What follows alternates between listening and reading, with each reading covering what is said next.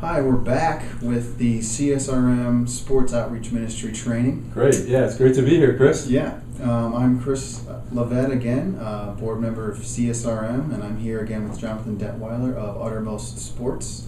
Yeah. And what are we going to be talking about today, Jonathan? Yeah, well, we are moving into our 8th topic, and this is really getting down to the where the rubber meets the road, we say, where the final stretch as we go. And we've had a lot of material that we've covered. We hope you've been tracking with us.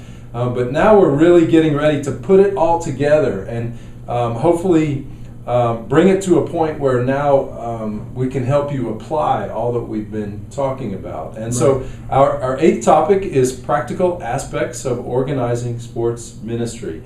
This is session 1. And we're going to be looking at how to begin. Yeah. And so as we look at organizing sports ministry, where do we start? And so you see our name up there, names. This is Chris Levette. He's involved with CSRM. Yes, I'm on the board of directors. I am vice president of the board currently and have been for the last couple of years. I've been on the board for 4 years. Former athlete and grew up in a local church sports ministry. So you bring a lot of experience. And my name is Jonathan Detweiler. I work with Uttermost Sports, and I've been to more than 70 countries doing sports all over the world. And so you see our contact information up there. And so as we go along, of course, if you have questions or comments or you want to track with us or get in contact with us, you can check out our websites there. But let's jump right in. You know, starting anything new is not easy, and it requires a direct calling from God, dedication, perseverance, and commitment. And building sports ministry is no different. But in Scripture, we have great examples to follow. Yes. We're going to look at one of those great examples, but I just also want to say that maybe you are, you've been involved in sports ministry. Yeah. You are a sports ministry leader, and so when we talk about starting something new, you're thinking, well, you know, I've got a lot of new things already that I've started, so I'm not really interested in starting something new. Yeah. But I think this will also help you move forward from where you are, maybe give you a fresh perspective, a fresh understanding about what God is calling you to do. Correct. So what we want to do is we want to look at the example of Nehemiah and rebuilding the wall. And this is a great example that we can reflect on. And so as we begin to consider Nehemiah and how he rebuilds the wall, we see some principles in there which we can actually apply to our sports ministry. And so, Chris, I'm going to be asking you to contribute from a sports ministry perspective based on your experience as we go through these different commitments that we see in Nehemiah. But you know, Nehemiah, he was there in the court of Artaxerxes as the king, and the report came to him that his people were suffering, and they were suffering because one of the main reasons was the wall around Jerusalem had been destroyed. Yeah. In that day and age, in order to protect your city and your people, you needed a wall. And without that wall, then you were very vulnerable. And you were vulnerable to attacks from other people, from other armies, because that was really your first line of defense. Yeah. And so Nehemiah hears this. He then is touched by God, and he even cries out because of this. He recognizes the suffering of his own people. Yeah. And so he feels like he has to do something. He wants to make a difference in the situation. And so what does he do first? Well, we see he has a commitment to prayer. And from the very beginning, and you see the verses up there that coincide with each one of the elements of prayer that he brings into what he does, that he first of all, he goes to God and he confesses his own sin and his own shortcomings. But then he even prays to God, and he says, God, even just hear my prayer, hear my cry, because I'm so touched and overwhelmed by the needs of my own people. And in a sense, I need you. I need you to empower me, or to show me what you want me to do. And so then the next thing is he prays for wisdom before he goes to the king, and then for favor, because he was he was in the king's court as one of his officials, and the king could have been unhappy with him and could have ordered his head cut off. Yeah. And that could have been the end of it right there. So he really was facing a desperate situation, and so he was crying out to God for favor. God, give me favor before the king, so the king will even hear me, and then not only hear me, but he'll answer my request and allow me to do something about it. Yeah, and I think one of the keys to keep in mind in the story of Nehemiah is when he gets this call from God, he prays and fasts for 120 days. Right. Before he gets an answer. Mm-hmm. And that's something that I've tried to think about in my own life when I want to, I guess, make a greater impact. That God might not answer my prayer tomorrow. Mm-hmm. He might not answer my prayer next week. But to be committed to your prayer if you feel like that's what God wants you to do, because God will pave the way. Well, and that's different than in our society and culture today. Yeah. Because we want it instantly. Yeah. And so here that's just a great point.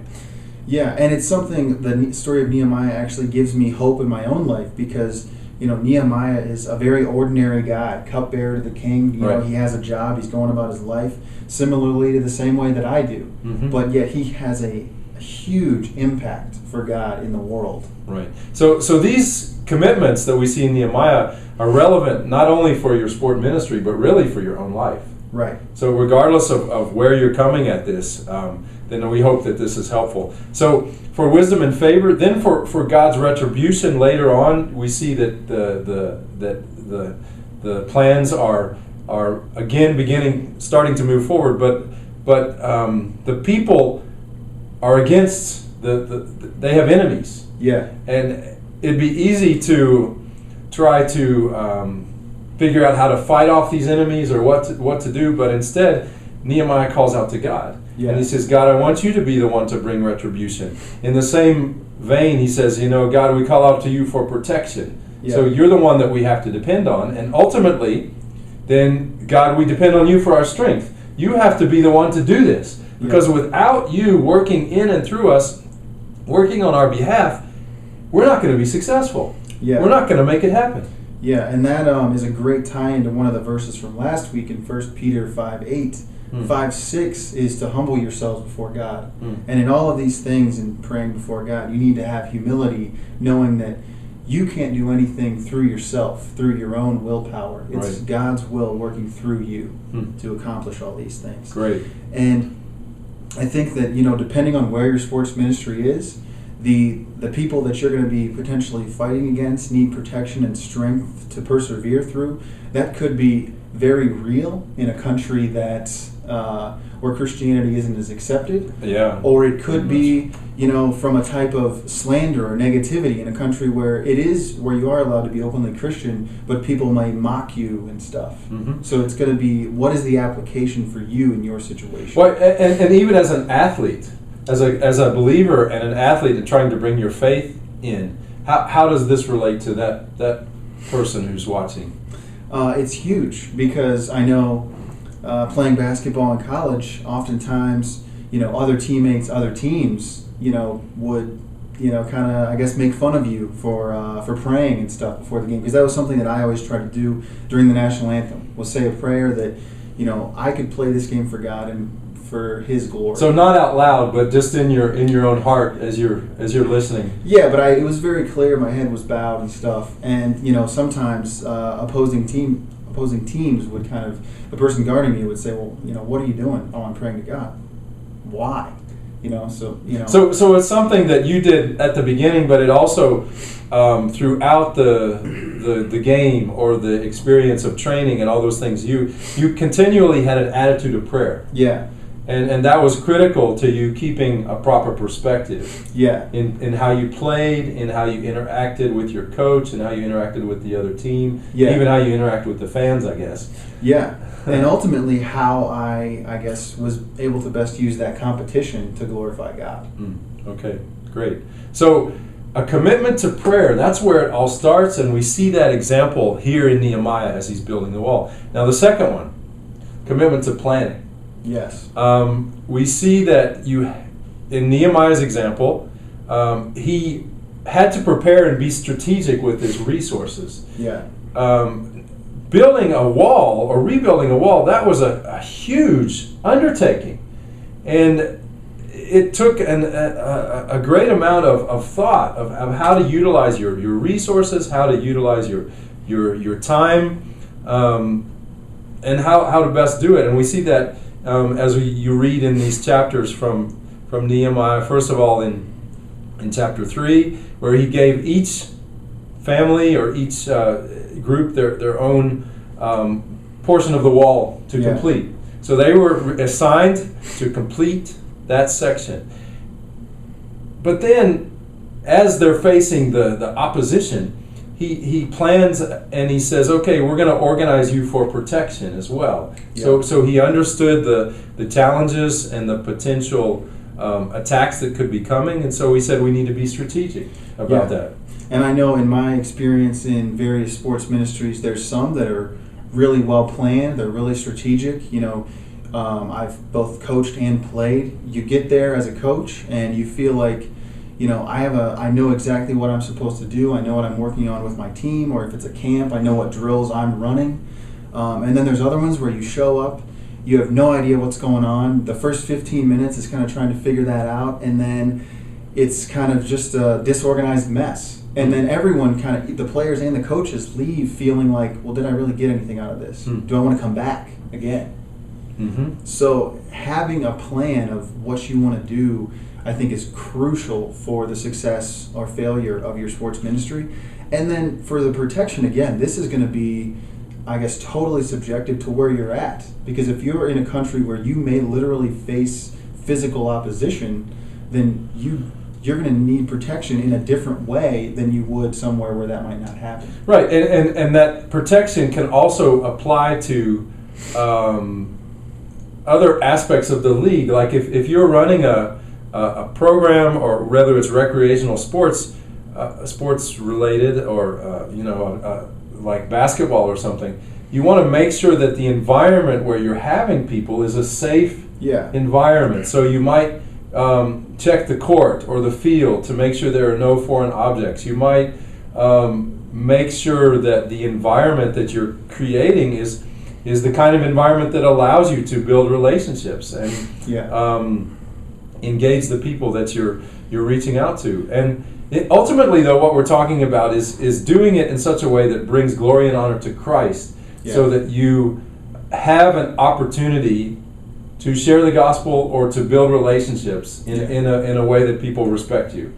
Yeah, and I mean that's why having a plan is huge, and ultimately that's why spending a lot of time in prayer is so important. So it comes back to that. Yeah, because God is going to use you how His will can best be done, and if you're not spending time in His Word and in prayer, then you may not know how you're supposed to be used. And then your plan is going to be ineffective and inefficient, because He can actually fill in the gaps where things we don't understand or think about. You see His protection in His hand. And so the last thing that Nehemiah, that we want to point out in planning, is that Nehemiah plans to stand up to injustice and meet the needs of others, specifically the poor, the people who he was working with who did not maybe have the resources or the same kind of platform that he had. So he was looking for those who were in a different or more difficult circumstances, and trying to think through, how can I best support them? How can I best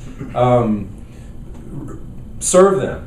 Ultimately. And in your sport or sports ministry, you're going to see great opportunities to use what you're doing as a way to serve. And I don't know if that reminds anyone else, but to me, I think directly of Jesus. in reaching out to people that are in need and people that have been that have felt injustice in their lives. So how did you do that as an athlete, or even in any aspect of sports ministry? How did you use your sport and the maybe even the planning part to serve? Yeah, so as we know, sports is something that can transcend nations and cultures and unify people. So it was something where, I was able to go into an inner city area where I may have been given not the time of day because I don't live there, I'm not from there, I don't, you look... Not even the same ethnic group? Right. I'm not the same race, so I might not even been able to start a conversation with people. But because of basketball, I was able to go there, I was able to interact with kids, with parents, and start relationships and just, show them care and love that they might not often see from other people. So, and it was because of a sport.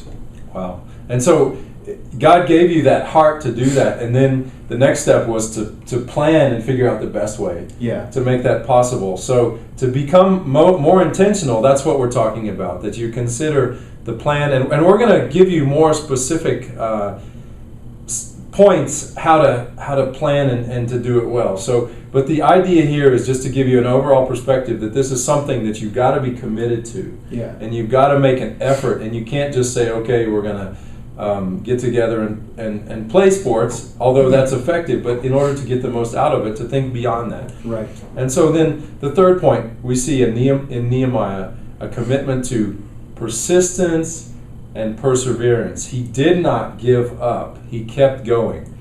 And he faced incredible obstacles.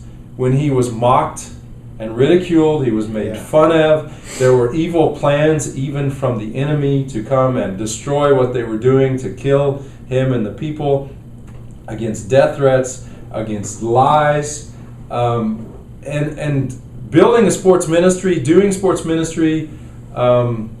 You face opposition. You can face challenges, whether they're from people who don't understand what you're doing, or maybe financial challenges at some point, or different things that come up that Satan wants to use against us or to keep us from accomplishing what Jesus intended for us and for the role of sport and sport ministry in what he's calling us to do. So how you face this? How can you overcome this? I think, one of the things that I guess is more notable in American society is an overall apathy about faith in general. So what you're facing is there are lots of sports leagues that parents can take their kids to and adults can play in. Why are they going to play in yours? And that's where the planning is key, because you have to persevere to make your league the best, both from a sport perspective and from a ministry perspective. A faith exactly. And this kind of ties back in again to what we talked about last week in James 1, face all trials, take all your trials as pure joy. And in Hebrews 12:11, that,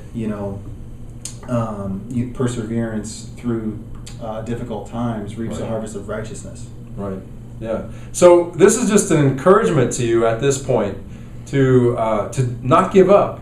And it's estimated that in order to really make an impact in something that you're just starting up, or something that maybe is a fresh vision, or maybe it's redoing in a fresh way something you've done before, that you don't lose sight of your vision and your goal. And ultimately that is to see people coming to know Jesus. And so it's estimated that it takes 1 to 2 years before you actually see an impact in the big picture, because you're building something. Now, what's amazing about Nehemiah is, first of all, he had the right perspective. And even in the midst of such difficult obstacles, he said, remember the Lord, our God will fight for us. So ultimately, it's God who is doing it. It's God who's called you to this vision. It's God that's given you the talents and the gifts and the passion to use the tool of sport. And so if you stay true to Him, if you commit to prayer, if you commit to planning, and if you commit to persevere, and you don't give up, the Lord is fighting for you. And you know what? You will have the victory in the same way. And here's what happened with Nehemiah. The wall was completed, not in months, not in years, Yeah. but in 52 days, the wall was finished.